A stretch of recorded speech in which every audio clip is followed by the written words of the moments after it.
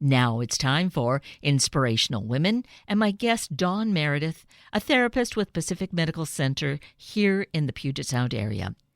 As this pandemic continues and we grapple with ways to deal with it and our lives and try to juggle work and home, kids and school, and maybe lack of some of these, Dawn is here to address some key areas of concern: anxiety, insomnia, and alcohol use. Dawn Merydith, good morning. Thank you for joining us once again. It's always such a gift to have you with us. Oh, thank you, Kate. It's good to be here. So, while we have certainly met a number of times in the past years plus, let's remind our listeners about the work that you do for PacMed. Yeah, I am a behavioral health therapist for Pacific Medical Centers. And basically what I do is meet with people to help them with things like anxiety and insomnia, among other things. And because there's so much that can really play into either one of those situations, right? Yes. Yeah. And especially these days. Well, yes, and we're all seeing that, right? I think we had a little break, we thought, and then we're feeling it kind of coming back again. And that's been a little daunting for people, I think. And that certainly can fit into either of those areas. That can cause the anxiety. That can cause those sleepless nights when we think that we're finally kind of understanding something and getting a foothold, and then all of a sudden it takes a sharp turn, and maybe we're kind of slipping downhill. That kind of thing, right? Right. Yeah, it can feel like a sharp turn, kind of like the rug's been pulled out from under us. And the anxiety and the insomnia go hand in hand for people. You rarely have one without not having the other. It's interesting. And to varying degrees, of course. Mm-hmm. And so what happens tied into this is people perhaps turn to the wrong kinds of things to find a solution, to calm the anxiety, to hopefully fall asleep. And one of those medications might well be alcohol. Yes, exactly. And that's what we're seeing spiking during COVID. We've been in it long enough now that we're getting information back, and I'm most certainly seeing it in my office, that people are drinking more, especially women. We know that COVID is more negatively impacting women, and especially the highest group is women with children under age 18. And of course, when we think about that, that makes sense. They're sometimes have lost their job and doing full-time schooling online, or they were trying to work and trying to take care of their kids, handle their kids' stress, and everything just accumulated and got overwhelming. There was a lot of memes out there that we saw about this, like wine moms, and a lot of joking about day drinking for them, and a lot of that is just fun and us trying to find humor out of this situation. But underneath that, there was a large increase in women drinking. And specifically, that was to curb their anxiety, and it has severely impacted sleep. And then what a vicious cycle that is. Yes, that's it. It is a vicious cycle that, initially may not appear to be that. And then sadly, given a little time and we've had that to look back on things, we see how it's perhaps really gotten to be a pattern. Yeah, it can sneak up on you, right? Like when you have one glass of wine with dinner, you might not notice how that affects your sleep. But I bet it does.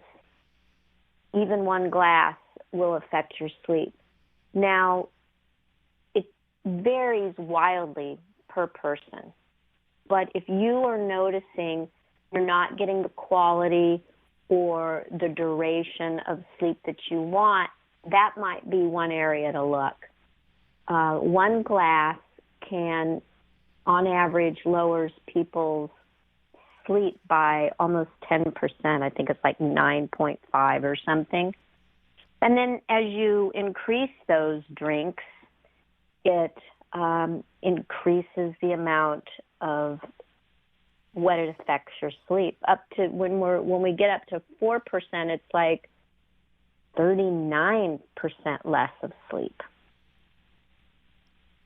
And so then that lack of sleep has its own kind of anxiety that occurs, or we don't have as much stamina or patience, and that vicious cycle sets in again. Exactly. And then people feel bad about themselves, the whole thing. Also, then you start getting anxious about not sleeping. Mm. And when you're anxious about not sleeping, that is the perfect recipe for not being able to sleep well. And then you think, well, if I just have a drink, it will help me fall asleep, which very well may be true. It is a sedative. It will help people fall asleep. The problem is, after that, it has disrupted the way your REM sleep kicks in and is helpful. So you get less of the important type of sleep. You also wake up a bunch during the night. So your quality is down, even though it might have helped you fall asleep. But you get dependent on that because you're anxious that you won't be able to fall asleep. So really cutting back, or just temporarily, if you're struggling with your sleep, just for 3 weeks, say, okay, I'm going to do everything right around sleep, and just see if you can get it back into a good rhythm. I'm not saying everyone has to be a teetotaler. You can most certainly drink. But after you've stopped maybe for 3 weeks, if you can, and you have a good bedtime routine, and you cut back on your caffeine just to earlier in the day, all of these good habits. See, no napping. That one's hard for people who've not been able to sleep, but stay up to your regular bedtime, and then you'll probably sleep better that night. All these things, and then you get it really shored up. Then when you add something back in, like a couple of drinks at dinner, you can really notice how it affects you. And then you can make an educated decision. It's a birthday party I'm going to. I'm going to enjoy a beer. And you'll just know. Or, it's a work day. I'm going to not do that because I know I want a good night's sleep. And with the effects of alcohol, women are more impacted by the effects of alcohol. I know our whole situation has, as we said earlier, puts such a burden on women. So if they turn to maybe having some kind of fun, having their glass of wine, and maybe it becomes 2 glasses of wine and becomes more regular, is it affecting us as women differently than men are affected? Apparently very much so. And there's a book called Quit Like a Woman. And she makes very compelling arguments that alcohol is much more detrimental to women. Now, it's pretty obvious in some ways, right? Like when we say one drink for a man that weighs 200 pounds compared to me at my 5-foot petite stature, right? Like there's going to be a big difference. Mm-hmm. Yes. And simply with that, that's the culture. You get a glass of wine at dinner, and that's what you have, and that's the same glass of wine that the person sitting across from you is having. And so overall, women are drinking a lot more than men with our body weight and mass and our ability to process it. You know, maybe if the world was invented by women drinking, maybe we would have, you know, maybe alcohol would be lower percentages and it'd be a bit sweeter for us and more bubbly, or, you know, I don't know what, but maybe there'd be better options out there for us, which brings up a whole different thing, which is how alcohol now is really marketed well to women. And there are so many other kinds of drinks out there, and women are really targeted to in the media and with advertising to drink more. So there has to be a real conscious attitude about what is going on, and a self-awareness as to what's happening in our own body, in our own life. Well, thank you for saying that, because that's probably the key, right? It's very individualized. Some women I've seen around sleep, and when we get to talking about alcohol, they can notice that they can have, you know, a glass or two of wine, but it needs to make sure it's 4 hours before bedtime, and it's okay. But then there's other women that absolutely can't have any because it really affects their sleep.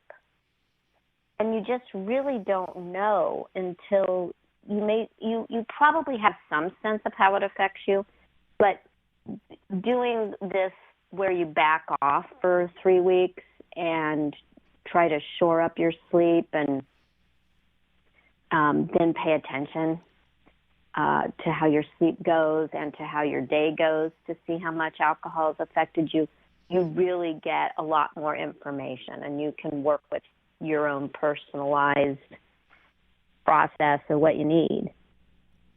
And that 3-week period is really key. We're talking about 21 days, and there's something about really setting a pattern in a 21-day time frame, right? Right, because it takes a little while for your system to be able to get back to a healthy sleep, to get out of that grouchy mood that you were having during the day. I mean, you're not going to develop all great good habits in 3 weeks. It takes much longer than that, unfortunately. But you're going to get a lot of information of what habit you might want to change, of what you might want to start incorporating. And that really is a key part of all of this here. Certainly some not so great habits have been created because of the duration of this pandemic that we've been in. And so we can see what's going on with our life. So this is great to do this self-analysis and take that 3 weeks to really see what's going on. So taking that time, I would think that probably kind of having a journal to keep track of what's happening with us might be a good idea. Would you say, Dawn? That's a great idea. And if it's really sleep you're targeting, there are some really good tools that are specific to that will talk about all the healthy and unhealthy habits that you can be logging. CBTI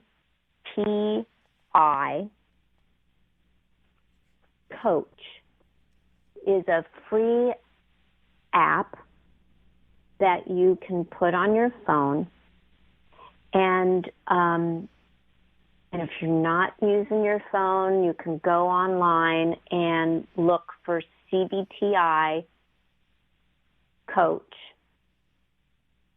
and this will help you log all the things that we know affect your sleep.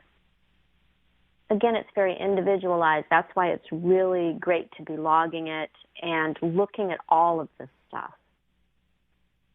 Some people notice a huge difference if they exercise, if they don't. Some will not notice a difference. Again, you take that 3 weeks to really find out.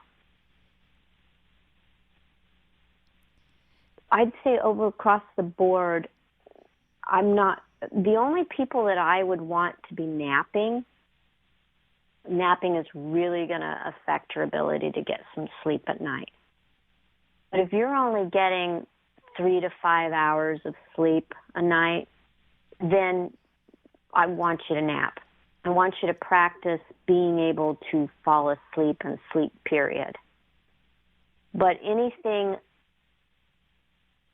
over that, we don't want you to nap, because getting consolidated sleep at night is the best for you. It's the best for your brain, and it's going to give you the most bang for your buck versus if you do an hour, 15-minute cat nap during the day, it's going to impact how much quality of sleep you get at night, and we much rather you have that at night.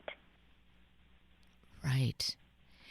Because the other side of it, having the insomnia or just having inadequate sleep, it's not just grumpiness. There are so many other negative side effects that happen.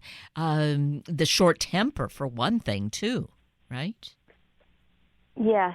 I mean, unfortunately, I could give a huge laundry list of the negative impacts of sleep, and I really don't like doing that because what I notice is it really makes people more anxious. Oh, dear. You know, and they get more focused on I'm not sleeping, and all that does is make you not sleep more. So really, temporarily, when you turn to identifying I'm going to try to sleep better, during this temporary time of focusing on this, it doesn't matter if you sleep better or not. All that matters is that you do as many of the things you can at once and do it for a consolidated amount of time, like this 3-week time, and get results and be taking, notice of what is helping and what's not. It's super helpful to have like this app be your therapist and help you walk through, or to be working with a therapist on it as well. Actually, let's take this moment to mention working with a therapist, because if this is really perhaps triggering someone's idea that, I really would like some additional professional support with this, at Pacific Medical Centers, which is where you work, there's yourself, and there are others too, depending on the areas that we live in. So let's mention how people can reach out to you and others. Yeah, it's such a gift, right, to get someone who's a professional to support you around things like this. It's such a gift to get someone to help discuss if you need to step down on your alcohol, if you need help getting better sleep, if you need help managing your anxiety. We all need help sometimes. And that's one of the key things that define us as humans. We really all need help at some point. And there's plenty of people who want to help. And specific medical centers, we have a number of therapists. Also, there are a plethora of therapists in the area that are willing and able to help. There is I think the easiest way to search for one outside of like going to Pacific Medical Center or Kaiser or through your doctor would be to go to the Psychology Today. They have a search engine that is really easy and really nice, and you get to see people's faces and you get to see their description. Psychology Today, and you can put in your zip code, what you're interested in. You can search by your insurance. And keep looking. If you don't find someone, ask around. Ask, and when you get 3 or 4 people that you might like, ask them what their experience is with helping people with anxiety. Ask them what their experience is working with a person like you, and see if you like them. We know that the number one thing that helps a therapeutic relationship be successful, for you to go to a therapist, what's going to be the number one thing that's going to make it successful is if you like the person and the therapist likes you. So we want a good fit. That's the number one thing. Well, that is so critical because, yes, having that support when we have acknowledged that some kind of issue exists. Here we're talking about insomnia. We're talking about perhaps an alcohol issue going on. So having some support is great. And I really love this technique of taking the 3 weeks and tracking what's going on during that time. And probably people might find, oh, goodness, I really need at least another week to just see what's going on because I didn't really fully commit or something like that. Do you find that, Dawn? Yeah. It's really hard to commit to all the things you need to do for 3 weeks. A birthday party is going to come up. Your favorite TV show is going to come up, and you're going to say, well, I can go to bed just a little bit late. But if you can just find that, try to do it a week first then. And the other one I want to add in is that regular bedtime, an hour before it, you're not having any media. The lights from the blue screen, we know, impede the melatonin, and plus just the flashiness, right? An hour, and just being able to relax. An hour before bedtime, you don't have any media. You're reading a book, an old-fashioned book. You're doing Sudoku, you're doing coloring, you're doing a puzzle. I'd really prefer that you're not even like doing the dishes and such, right? Right. As we get closer to bedtime, we slow down. That's the natural way that it is. I mean, think about before we had light. We'd have a candle and we would be sitting around the light doing some sewing or some whittling or, whatever. And it was darker, right? You can be a couple hours before bed. You make sure you start turning the lights down. You're starting to slow yourself down. And then you have a regular bedtime routine. At 9, you get all the computers shut down. You're not looking at it anymore, and you're getting your book, and you're reading on the couch.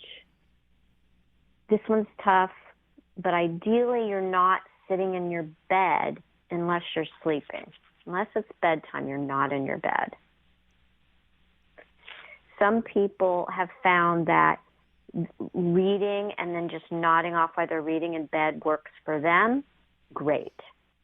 But if you're one of these that can't fall asleep, then, and even if you're a type of person who wakes up a bunch during the night, it might be necessary to get you out of the bed and not read in bed. Read on the couch. So you're having that really good nighttime routine where at like 9 o'clock, everything's starting to shut down. You're doing something relaxing on the couch. Then, 9:30 or whatever, you get in your jammies and you brush your teeth. And it's the same regular schedule each night. The brain loves this. The brain is like, oh, yeah, this is because I'm getting ready to go to sleep. And it primes you. And then when you get in bed, you've not been in the bed for anything else but sleep. And the brain goes, oh, I sleep in the bed, and it will sleep. Now, at first, if you're one of these people that have been tossing and turning and spending hours awake in the bed, the brain will say, oh, I wake up and I toss and turn in bed. So you have to break the habit of that, which is very easy. It's a very simple solution, but it's a very simple solution, but it's very hard, is you just get yourself out of the bed. So if you wake up in the middle of the night and you know you're not going to fall asleep, you're wide awake, and you don't fall asleep about 10, 15 minutes, you go sit on the couch. You lay on the couch. You don't turn the TV on. You don't read a book even. You just lay down there. So you're going to toss and turn just like you were in bed, but you're tossing and turning on the couch. So you're preserving the bed as only getting sleep in it. So the next time you get in it, the brain will start working with you on this, all I do in bed is sleep. I can appreciate when you say it'll be hard because you have to get yourself out of there. But I love then the logic setting up this really good pattern for ourselves.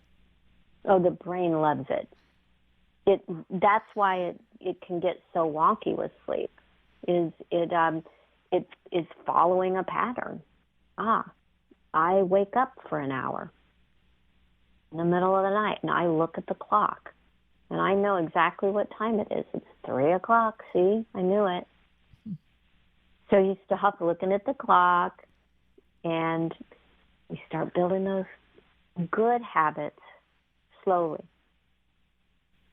And one thing about then getting yourself out of the bed, you go lay down on the couch or in a recliner. If you fall asleep, I guess that's where you sleep, but you might wake up at some point. You should then take yourself to your bed. Exactly. If you're like, oh, I'm falling asleep. Okay, well, you can get up and get into the bed. Or you wake up and you're like, I'm so tired. I know I'll sleep. Go back and get in your bed. Now, some people's association with the bed is so anxiety-filled that as soon as they walk back into the room and get close to their bed, their anxiety comes up again. Oh, I'm not going to sleep. And it takes a little while to break that. But that's just an old habit. And you can break that, I promise. And if it's that bad, it really helps to get some support.